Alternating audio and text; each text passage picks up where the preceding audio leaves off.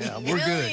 We got tons to get to today. Do you agree with Kobe that Shaq wasted his chance to be the GOAT? We got some good quotes there. And will Gronk make a comeback? But we are going to start with Ezekiel Elliott and the Cowboys. While Zeke continues his holdout in Cabo, the rest of his team is preparing for the regular season. After practice yesterday, Cowboys All-Pro guard Zach Martin seemed confident that the players they already have in Dallas, including Zeke's rookie backup, Tony Pollard. So, guys, this is interesting. He's already making a comment that he is liking the team. He's confident in Tony Pollard. This is a guy you've been excited about. So, Shannon, do you like that Zach Martin is talking about Tony Pollard as someone who's dominant for this team and could be a real impact for the Cowboys? I like what he said, and I like the manner in which he said it, Skip. And I think, you know, and people are like, well, you hated what the Steelers said.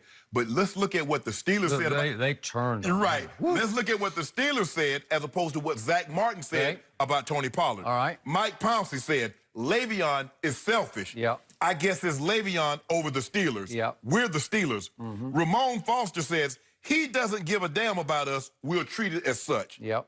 He's making 7 times what I'm making. I think it's Marquise Pouncey, right? Marquise, what I said? Go ahead. Not Mike. Marquise Pouncey. Yeah, got it.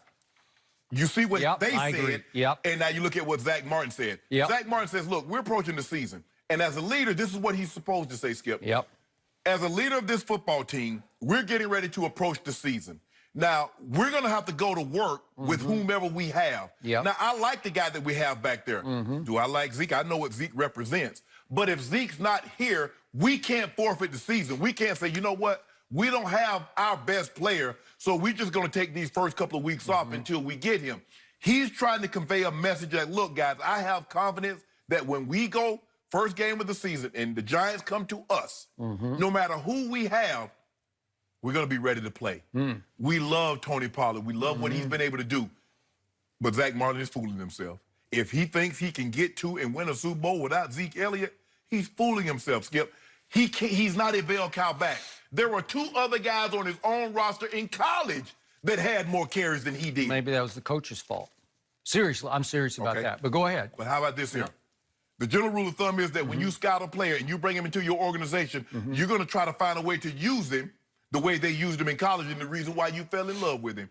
They fell in love with Tony Pollard because he was somewhat of a scat back. They threw the ball to him a lot. They did. He's not a bell cow back. Now, if you think you can hand him that ball 25, 30 times a game for the entirety of the season, you're fooling yourself. I heard that bell ringing through those preseason games. I got to tell you, I was seeing bell cow. That's just me. I was seeing it. Go ahead. Go ahead.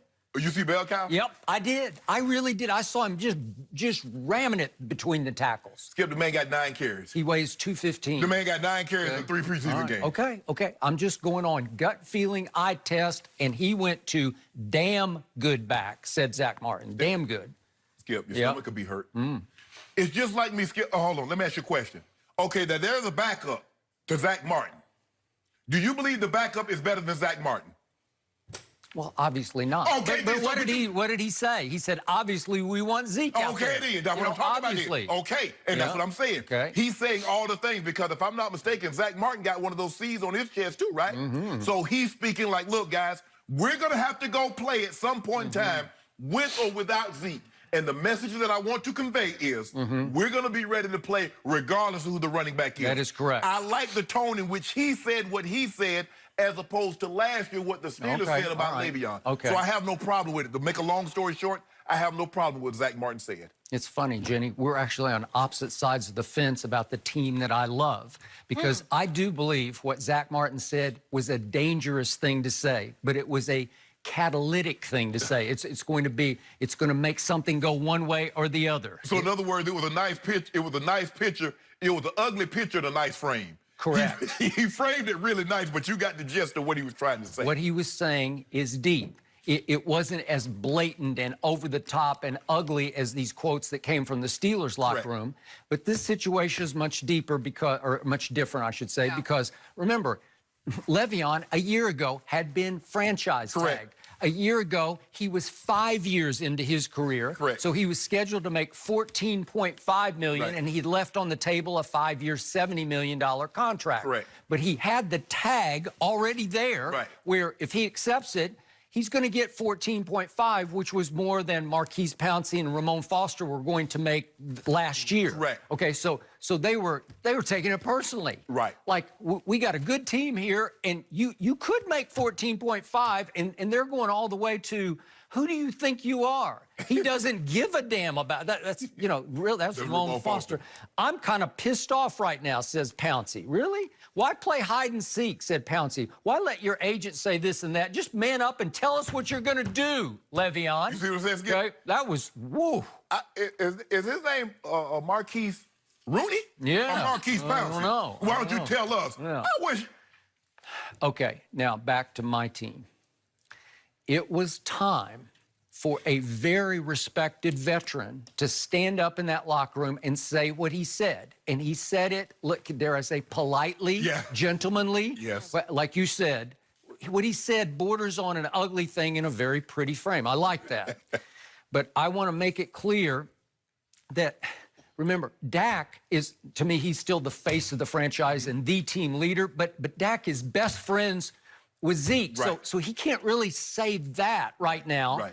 But, hey, I don't know if people understand, Zach Martin is the most, to me, he's the most decorated player in that locker room right now, because you realize he's played 5 years in this league, and in his first 5 years, every year he made the Pro Bowl, and every year he made All-Pro, and not one player in the history of my team has ever started their career like that. Nope. Not one team. And they got 13 people in your Pro Football Hall of Fame, and nobody did that. Emmett didn't do it in his first 5 years. Michael obviously didn't. Troy didn't do it. And we can go back to Dorsett, Roger Staubach, and Randy White. Nobody did what Zach Martin has done. Okay. 5 straight years of Pro Bowl and All-Pro teams. He made first team 3 times. Now, Tyron Smith he has more Pro Bowls and more All-Pros, but he didn't do it 5 straight years. Correct. So just for the record. So now you have a guy in Zach Martin, people forget this, he started for 4 years at Notre Dame at left tackle. 2 of those years, his last 2 years, he was a captain of the Fighting Irish. Right. So he is leader, but he's a quiet leader. He rarely speaks. So when he speaks, my ears are wide open because he wanted to make a statement there that should get more publicity and more attention than it has gotten. So now we get to, this is right in your wheelhouse.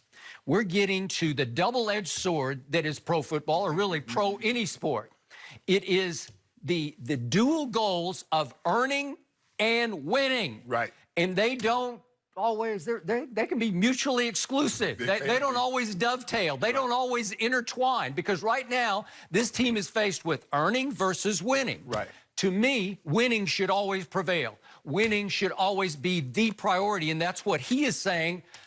We got to pull back together right now because we got to win. So you tell me, in your career, what was more important, earning or winning? It's a hard call. It was. You hope you could do both. You really do. But see, the luxury that Zach Martin has and Tyron Smith had is that the Cowboys went to them and said, and they reset the market. Zach Martin was the highest paid guard in football. So I'm glad you brought that up. Just to be fair about this, he was